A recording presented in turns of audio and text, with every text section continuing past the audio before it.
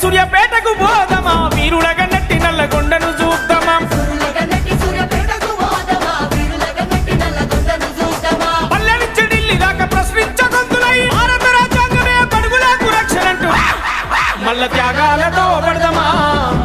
ఉద్యమానికి దారునేద్దామా పల్లె పల్లె తిరిగి వద్దామా ప్రజాపాలనలో భాగమవుదామా